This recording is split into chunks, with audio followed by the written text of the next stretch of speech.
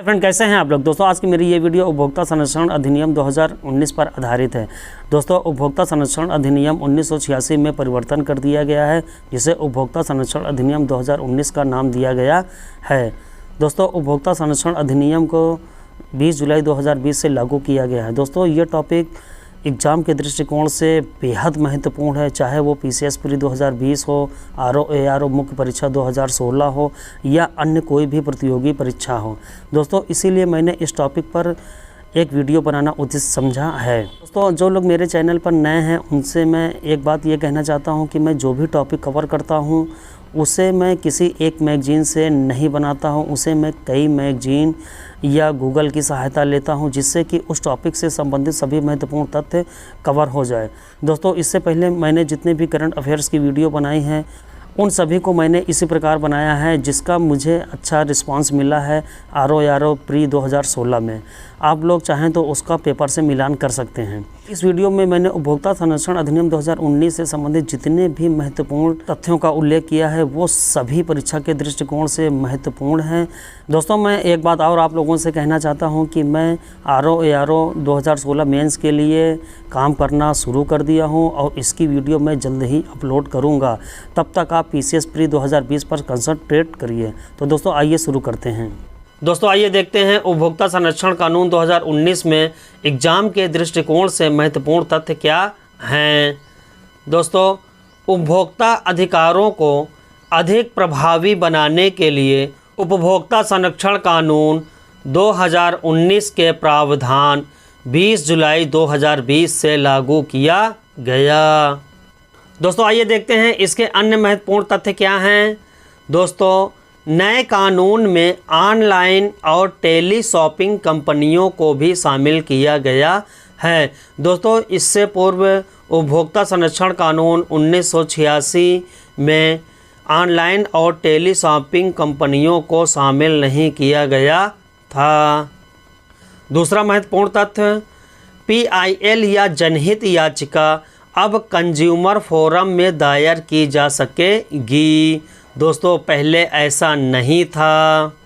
अगला तथ्य खाने पीने की चीज़ों में मिलावट करने वाली कंपनी पर जुर्माने और जेल का प्रावधान इस उपभोक्ता संरक्षण कानून 2019 में किया गया है। दोस्तों अगला है उपभोक्ता मध्यस्थता सेल। दोस्तों उपभोक्ता संरक्षण कानून 2019 में उपभोक्ता मध्यस्थता सेल का गठन किया गया है, जिसमें दोनों पक्ष आपसी सहमति से मध्यस्थता का विकल्प चुन सकते हैं।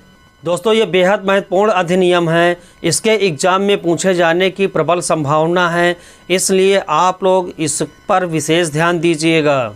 दोस्तों इसमें जितने भी तथ्यों का मैंने उल्लेख किया है आपको सभी को पढ़ के जाना है, किसी को भी नहीं छोड़ना है। दोस्तों आयोग इस अधिनियम से यदि प्रश्न पूछेगा तो विकल्प में आपको कई कथन दे दिए जाएंगे और उसमें ये पूछेंगे कि उपभोक्ता संरक्षण अधिनियम 2019 में इनमें से कौन से कथन सही हैं। दोस्तों इसीलिए मैंने जितने भी तथ्यों का उल्लेख किया है आपको सभी को पढ़कर जाना है, किसी को भी छोड़ना नहीं है। दोस्तों इस अधिनियम में केंद्रीय उपभोक्ता संरक्षण प्राधिकरण की स्थापना की गई है।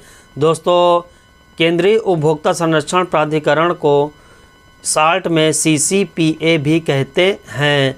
दोस्तों आइए देखते हैं इसमें क्या प्रावधान किया गया है। दोस्तों यह प्राधिकरण अनुचित व्यापार प्रथाओं, भ्रामक विज्ञापनों, उपभोक्ता अधिकारों के उल्लंघन के मामलों को देखेगा। दोस्तों आइए देखते हैं केंद्रीय उपभोक्ता संरक्षण प्राधिकरण के अधिकार क्या हैं, शक्तियाँ क्या हैं, ये किस प्रकार कंज्यूमर के हित में कदम उठा सकता है। दोस्तों केंद्रीय उपभोक्ता संरक्षण प्राधिकरण के पास उल्लंघनकर्ता पर जुर्माना लगाने, बिके हुए माल को वापस लेने, सेवाओं को वापस लेने के आदेश पारित करने, अनुचित व्यापार प्रथाओं को बंद करने और उपभोक्ता द्वारा भुगतान की गई कीमत को वापस दिलाने का भी अधिकार होगा। दोस्तों अगला महत्वपूर्ण तथ्य क्या है, यह झूठे या भ्रामक विज्ञापन के लिए मैन्युफैक्चरर पर 10 लाख रुपए तक का जुर्माना लगा सकते हैं। भ्रामक या झूठे विज्ञापन बनाने वालों और उनका प्रचार करने वालों पर जुर्माना और 2 वर्ष तक के कारावास की सज़ा भी सुना सकती है। दोस्तों नोट में क्या है देखते हैं, यदि कोई व्यक्ति या कंपनी इस अपराध को बार बार दोहराता है तो उसे 50 लाख रुपए का जुर्माना और 5 साल तक की कैद हो सकती है। दोस्तों उपभोक्ता संरक्षण अधिनियम 2019 में एक और आयोग की स्थापना की गई है, वो है उपभोक्ता विवाद निवारण कमीशन। दोस्तों इसमें जिला, राज्य और राष्ट्रीय स्तर पर उपभोक्ता विवाद निवारण आयोग का गठन किया जाएगा। दोस्तों इस आयोग में उपभोक्ता निम्नलिखित के संबंध में शिकायत दर्ज करा सकता है। उपभोक्ता किन किन चीज़ों में आयोग में अपनी शिकायत दर्ज करा सकता है। पहला है अनुचित और प्रतिबंधित तरीके का व्यापार।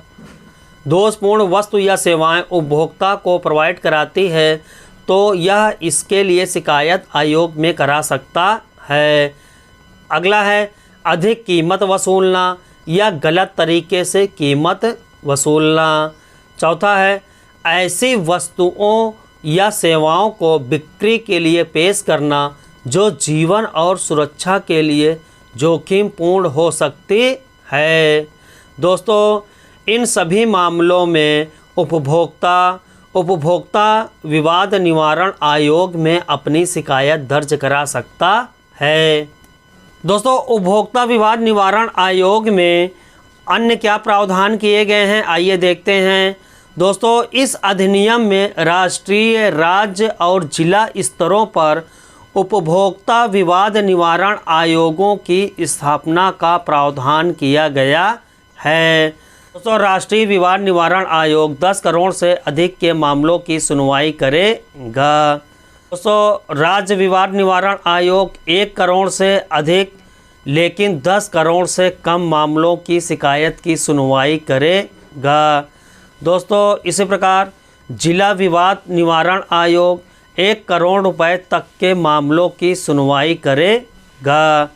दोस्तों उपभोक्ता संरक्षण अधिनियम 2019 में परीक्षा के दृष्टिकोण से जितने सारे महत्वपूर्ण तथ्य थे मैंने उन सभी को कवर करा दिया है। दोस्तों एक बार मैं पुनः कहता हूं कि आप लोगों को इसको बिल्कुल भी नहीं छोड़ना है, बहुत ही इम्पॉर्टेंट है, सभी को पढ़कर जाना है।